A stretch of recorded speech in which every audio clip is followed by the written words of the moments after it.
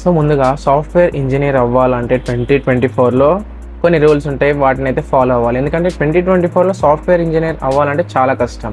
ఎందుకంటే ఈ మధ్య చూసారు, ఆర్టిఫిషియల్ ఇంటెలిజెన్స్ అనేది ఒక డ్రాస్టిక్ లెవెల్లో పెరిగిపోయింది, మరి సాఫ్ట్వేర్ జాబ్స్ అనేది డ్రాస్టిక్ లెవెల్లో డౌన్ అయిపోతున్నాయి. సో ఇదన్నమాట. సో సాఫ్ట్వేర్ ఇంజనీర్ అవ్వాలంటే చాలా కష్టపడాలి, మామూలు మాటలు కాదు. సో ముందుగా సాఫ్ట్వేర్ ఇంజనీర్ అవ్వాలంటే ముందుగా మీకు what is meant by programming అనేది తెలిసి ఉండాలి. సో దానికన్నా ముందు ఏ ప్రోగ్రామింగ్ లాంగ్వేజ్తో స్టార్ట్ చేయాలి, ఎక్కడ నుంచి స్టార్ట్ చేయాలనేది మీ మైండ్లో ఉండాలి. నెంబర్ 1 వచ్చేసి విచ్ ప్రోగ్రామింగ్ లాంగ్వేజ్, ఏ ప్రోగ్రామింగ్ లాంగ్వేజ్ని మీరు సెలెక్ట్ చేసుకుంటున్నారు 2024లో అనేది చాలా మ్యాటర్. ఎందుకంటే ఆర్టిఫిషియల్ ఇంటెలిజెన్స్ ముందు చాలా పెరుగుతుంది కాబట్టి ఏ ప్రోగ్రామింగ్ లాంగ్వేజ్ సెలెక్ట్ చేసుకుంటున్నారు అనేది చాలా ఇంపార్టెంట్. ఇక్కడ నెంబర్ 2 వచ్చేసి how to learn that programming language very fast. అంటే ఆ యొక్క ప్రోగ్రామింగ్ లాంగ్వేజ్ని ఎంత స్పీడప్ మరియు ఎంత స్పీడ్గా నేర్చుకుంటున్నారు అనేది మీ మీద డిపెండ్ అయి ఉంటుంది. నెంబర్ 3 వచ్చేసి ఈ కోడింగ్ లాంగ్వేజెస్ నేర్చుకోవడానికి మనకి ఎలాంటి రిసోర్సెస్ దొరుకుతున్నాయి ఇంటర్నెట్లో మరియు ఆఫ్లైన్ ఆన్లైన్ అనేది చాలా ఇంపార్టెంట్. సో ముందుగా ఇన్ని మాటలు చెప్పాను కదా, ప్రోగ్రామింగ్ అంటే ఏంటో చెప్తాను, బ్రీఫ్గా వినండి. ప్రోగ్రామింగ్ అంటే ఒక సెట్ ఆఫ్ ఇన్స్ట్రక్షన్స్. ఆ ప్రోగ్రామింగ్ అనేది ఒక సెట్ ఆఫ్ ఇన్స్ట్రక్షన్స్. ఎప్పుడైతే మీరు కోడ్ ఎంటర్ చేస్తారో దానికి తగిన వేరియబుల్స్ మరియు అల్గారిథమ్స్ ఉంటాయి, స్ట్రింగ్స్, అరేస్, క్యారెక్టర్స్, ఇలా కొన్ని డిజైన్ చేసి కోడింగ్లో ఆల్రెడీ ఉంటాయి. సో ఈ యొక్క ఇన్స్ట్రక్షన్స్ ద్వారా మీరు ఏదైతే కోడ్ ఇస్తారో మీకు అయితే అవుట్పుట్ అనేది వస్తుంది. సో ఇదన్నమాట ప్రోగ్రామింగ్ ద్వారా చాలా చేయొచ్చు. ఎందుకంటే web development, app development, game designing, ఇంకోటి వచ్చేసి మన ఆర్టిఫిషియల్ ఇంటెలిజెన్స్లో కూడా ప్రోగ్రామింగ్ అనేది వాడుతున్నాం. సో ముందుగా ఈ 4 సెగ్మెంట్స్ నేనైతే చెప్పానో, ఫస్ట్గా వెబ్ డెవలప్మెంట్ వచ్చేసరికి ఇందులో మరియు 2 టైప్స్ ఉంటాయి, ఫ్రంట్ ఎండ్ డెవలప్మెంట్ మరియు back end development. So front ఎండ్లో మీరు డెవలపర్గా అవ్వాలి అంటే మీకు వచ్చేసి రియాక్ట్ మరియు యాంగులర్ అనేది చాలా ఇంపార్టెంట్ అనమాట. ఇక్కడ రియాక్ట్ని అయితే మీరు జావా ప్రోగ్రామింగ్ లేదా జావా స్క్రిప్ట్ ద్వారా అయితే నేర్చుకోవచ్చు. యాంగులర్ ప్రోగ్రామింగ్ వచ్చేసి మీరు టైప్ స్క్రిప్ట్ అనే ఒక ప్రోగ్రామింగ్ ఉంటుంది, దాని ద్వారా మీరు నేర్చుకోవచ్చు యాంగులర్ ప్రోగ్రామింగ్. ఒక బ్యాక్ ఎండ్ డెవలపర్గా మీకు తెలియాల్సింది జావా స్క్రిప్ట్ మరియు నోడ్, ఈ 2 వస్తే సరిపోతుంది బ్యాక్ ఎండ్ డెవలపర్కి. సో ఇప్పుడు నేను చెప్పాను కదా వెబ్ డెవలప్మెంట్ అంటే ఏంటి. వెబ్ డెవలప్మెంట్ అంటే మీరు ఒక వెబ్సైట్ని డిజైన్ చేస్తున్నారు, ఆ యొక్క వెబ్సైట్లో ఒక ఫ్రంట్ ఎండ్ డెవలపర్ ఉంటాడు, ఒక బ్యాక్ ఎండ్ డెవలపర్ ఉంటాడు. సో ఇదన్నమాట వెబ్ డెవలప్మెంట్.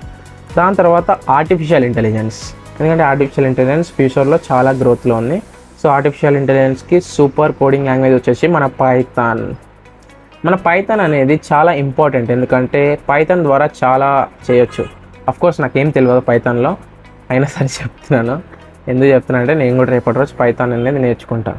సో పైథాన్లో అయితే చాలా type of variables, algorithms, strings, arrays, characters, regular ఇలాంటి టాపిక్స్ అన్నీ ఉంటాయి. సో పైథాన్ ద్వారా అయితే ఆర్టిఫిషియల్ ఇంటెలిజెన్స్ని నేర్చుకోవచ్చు. సో ఇదన్నమాట పైథాన్. సో దాని తర్వాత మన 3rd వచ్చేసి ఏదంటే యాప్ డెవలప్మెంట్. ఇక్కడ యాప్ డెవలప్మెంట్లో అయితే చాలా మేజర్ స్ట్రక్చర్స్ ఉంటాయి. ఇక్కడ యాప్ డెవలప్మెంట్లో మళ్ళీ 2 టైప్స్ వేసుకోండి, ఎందుకంటే ఆండ్రాయిడ్ మరియు ఐఓఎస్ వస్తుంది కదా. సో యాప్ డెవలప్మెంట్లో మీరు ముందుగా ఒక మొబైల్ యాప్ డెవలపర్ అవుదాం అనుకుంటే మీకు స్విఫ్ట్ అనే అప్లికేషన్ చాలా ఇంపార్టెంట్. ఈ యొక్క స్విఫ్ట్ అనే అప్లికేషన్ ఓన్లీ ఫర్ ఐఓఎస్. ఇక్కడ ఆండ్రాయిడ్కి వచ్చేసి మళ్ళీ కాట్లిన్. సో ఈ 2 అయితే యాప్ డెవలప్మెంట్కి యూజ్ అవుతుంది.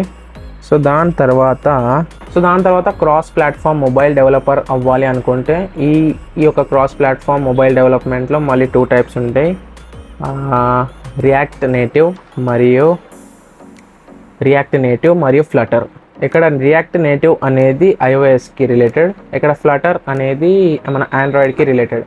మరియు ఫ్లటర్లో ఏంటంటే మీరు ఓపెన్ సోర్స్ అనేది నేర్చుకోవాల్సి ఉంటుంది. రియాక్ట్ నేటివ్కి జావా స్క్రిప్ట్ నేర్చుకుంటే సరిపోతుంది. సో ఇదన్నమాట యాప్ డెవలప్మెంట్. దాని తర్వాత నెంబర్ 4 వచ్చేసి గేమ్ డెవలప్మెంట్. సో మీరు ఒక గేమ్ని డెవలప్మెంట్ చేయాలనుకుంటే ఇక్కడ యూనిటీ మరియు అన్రియల్ ఇంజన్ అని 2 టైప్స్ ఆఫ్ ప్లాట్ఫామ్స్ ఉన్నాయి. ఇక్కడ యూనిటీ రావాలి అంటే సి లాంగ్వేజ్ రావాలి, సి హ్యాష్ట్యాగ్ అనేది రావాలి. దాని తర్వాత అన్రియల్ ఇంజన్ వచ్చేసి C++ లాంగ్వేజ్ వస్తే సరిపోతుంది. సో ఇదన్నమాట గేమ్ డెవలప్మెంట్. నన్ను అడిగితే మీరు ముఖ్యంగా పైథాన్ మరియు జావా మీద ఫోకస్ చేస్తే బెస్ట్ ఇవాళ రేపు. ఎందుకంటే ఈ యొక్క పైథాన్ జావా నేర్చుకుంటే మనకు పైథాన్ ద్వారా ఆర్టిఫిషియల్ ఇంటెలిజెన్స్ వస్తుంది, మరియు జావా ద్వారా వెబ్ డెవలప్మెంట్ మరియు యాప్ డెవలప్మెంట్ ఎంతో కొంత నేర్చుకుంటున్నాం. సో ఇదన్నమాట సాఫ్ట్వేర్ ఇంజనీర్ ఎలా అవ్వాలి ఒక 2024లో. కంప్లీట్ రోడ్ మ్యాప్ చెప్పానని అనుకుంటున్నాను. సో మీకు ఏమైనా డౌట్స్ ఉంటే కమెంట్లో చెప్పండి. నేను ఫుల్ రీసెర్చ్తోనే మీకైతే కమెంట్లో ఆన్సర్ ఇస్తాను. మీకు ఏమైనా డౌట్స్ ఉంటే చాట్‌జీపీటీలో వాడచ్చు. ఇంకేమైనా డౌట్స్ ఉంటే చాట్‌జీపీటీలో టైప్ చేసి తెలుసుకోవచ్చు. ఎందుకంటే చాట్‌జీపీటీలో మీకు కోడ్ మరియు దాని పర్ఫార్మెన్స్ అంటే కోడ్ ఎలా రన్ అవుతుంది అన్ని స్టెప్ బై స్టెప్ అనేది చాట్‌జీపీటీలో వస్తుంది. సో ఇదన్నమాట ఒక సాఫ్ట్వేర్ ఇంజనీర్ ఎలా అవ్వాలి, app development, web development, game designing మరియు ఆర్టిఫిషియల్ ఇంటెలిజెన్స్ అనేవి ఎలా నేర్చుకోవాలనేది నేను వీడియోలో కవర్ చేశాను అనుకుంటున్నాను. సో నా వీడియో నచ్చినట్లయితే లైక్ చేసి ఒక సబ్స్క్రైబ్ చేయండి. Thanks for watching my video. Bye bye.